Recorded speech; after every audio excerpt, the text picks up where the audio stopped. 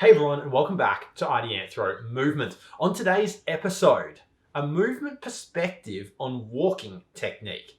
This episode has come about because I recently saw a health and fitness professional in my local-ish area make a post on Facebook about correct walking technique. And they were essentially, what they were specifically pointing out here is that in their opinion, in a walking cycle, when your foot first makes contact with the ground, that roughly speaking, we're just going to approximate here, the front of the knee should be vertically in line with the back of the heel, right? So you've kind of got this situation where the knee is kind of stacked over the heel. It shouldn't be way in front, it shouldn't be way behind.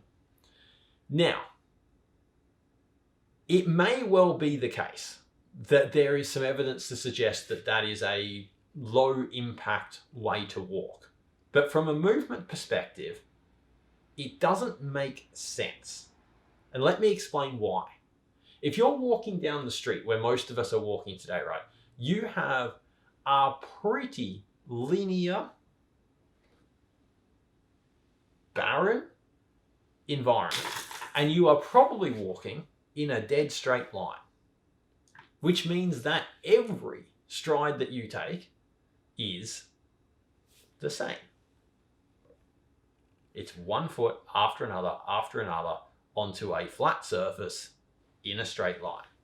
And so in that instance, possibly the optimum and lowest impact way for your foot to strike the ground is in this way that's being described. The problem is that we didn't evolve to only walk on flat surfaces in straight lines.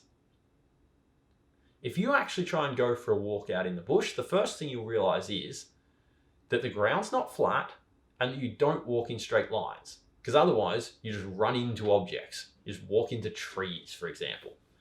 You move underneath, over, around, you step sideways, you step forwards. Sometimes the thing that you're stepping on is small, so you don't heel strike first in your walk, but you put the ball of your foot down on things. And in all of these different varieties of movement, the position of the knee relative to the heel is changing, right? Imagine trying to take a step while ducking under something, right? And so when you do that, you kind of have to reach out. Like you're going under, you kind of reach out with a leg. Try and make that strike consistently and every time with the front of the knee lining up with the heel, as this has been described. Even if that is the optimum way to walk on a flat surface in a straight line moving forwards, it's not the optimum way to move in all these other variety of different movements that we evolved to do. So don't you think there might be a little bit of a problem if the only walking we do lines up that way? And don't you think that it might be acceptable for us to strike in other ways at different times? Don't you think we might be missing something, in fact, if we don't strike the ground in other ways? At the heart of this is a fundamental, what I think is a fundamental misunderstanding in the physical therapy and fitness training space, which is, I think that very often we misdiagnose things that are in fact acceptable movements in some situations, some of the time as part of a broader movement context. We misdiagnose them as being bad for us, when in fact they're totally fine unless they're the only thing that you do. I would argue that if someone develops a knee problem because they walk all the time not, for example, stepping in this way that's been described, right? So they walk in a way that's not this idealized way that's been described by this health and fitness practitioner, and they get an injury from it. The approach, the thought process that's being advocated in this post and by most physios, most physical therapists, most exercise practitioners, is that the problem with that was the movement itself, was, that wasn't the right way to step. But I would suggest to you that there is another interpretation here, which is you stepped the same way all the time.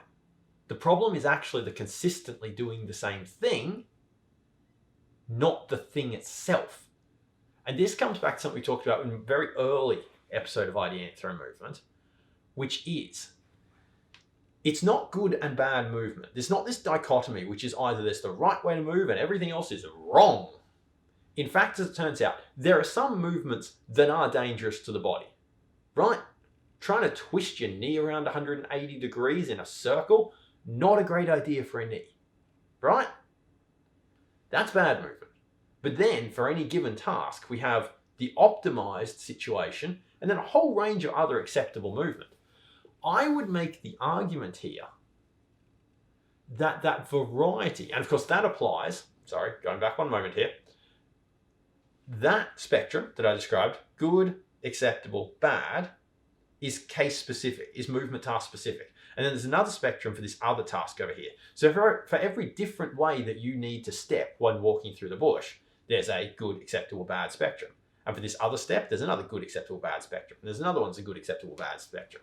They're right. I would suggest to you that the problem with moving in a way that falls in the acceptable spectrum all the time isn't the falling in the acceptable spectrum, but it's the all the time problem. And the problem there is that if you take that to be the case, you then realize that, oh wait, why wouldn't moving optimally exactly the same way all the time be a problem? Yeah, did a light bulb just go off? If the problem here is moving the same all the time, then surely moving the same optimally is all the time is also a problem, right? I would argue that the solution to this, if someone has developed some sort of problem from their walking gait and they walk in a manner that, you know, if you did that out in the bush as one of your steps, you'd be like, yeah, that's fine. No dramas. But they did it all the time and developed a problem. It's the all the time, right? But if you then give them an optimized gait and tell them to do it all the time, that will also be a problem.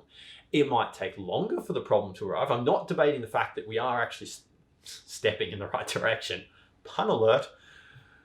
I'm not debating that that's a move in the right direction. But what I'm saying here is that you would get far more benefit from recognizing that what we actually need is heaps more variety within the acceptable range rather than a little lateral move into the optimal range, but then we just do that same optimal thing all the time. Now, of course, I get that if you start to think about this practically in terms of walking down the street, you might be like, what are you suggesting, Jack? Are you suggesting that I kind of like bounce around sideways and pretend to step over objects while I walk down the street? I'll look like a nutter. You know, that's not what I'm suggesting here. In fact, don't have a really good practical suggestion for that I'm going to share with you right now. But the concept here is about far more than walking, because we see this concept play out in everything that the physical therapy and the fitness training industries do, because there's an optimal way to do everything. And that's the way to do it, but it's the only way we're going to do it. So the only way that we're ever going to squat down near the ground is in this optimal way. We're going to miss out on all that other variety. And I would suggest to you that that is a massive problem because it leads towards overuse, right? Overuse, and I'm going to paraphrase this a little bit, overuse, as Ido Portal would say, is the domain of specialists. Overuse is not a simply, I did this thing too many times, but it's I did this thing too many times without doing a whole bunch of other variety that balanced it out. Now, as it turns out, if you do a whole bunch of variety, you'll probably do less of that other thing, and that's also a good situation. But it's a fundamental change in our thought process here, away from this is the right way to do this, to no, in fact, movement is task specific. There are a whole bunch of different ways that we could do this thing that are all totally acceptable. We need to avoid the bad, but then within the range of acceptable, we actually inherently are designed to expect and to want and to need that huge variety. And so we need to feed ourselves that variety. Okie dokie, I'm going to leave it there. Thank you for tuning in. If you enjoyed this episode, by all means, give us a like or a subscribe. If you'd like to find out more about what it is that we do here at IDEANTHRO Movement, ideanthro.com/movement is the spot to go. You'll see that we have a real world fitness facility in Oxley, Brisbane, Australia. You'll also at some point in the future see some online training there. But back to that real world facility. If you are in the Brisbane-ish area and would like to come down and train with us, you'd like to join up, become a member, but just want to give it a little test first, go to ideanthro.com/free-trial and you can come down and check us out. If you just want to get in touch though, ideanthro.com/connect is not a bad way to do it. Maybe you'd like to suggest an idea for an episode. Okie dokie, thank you for tuning in. We'll see you next time.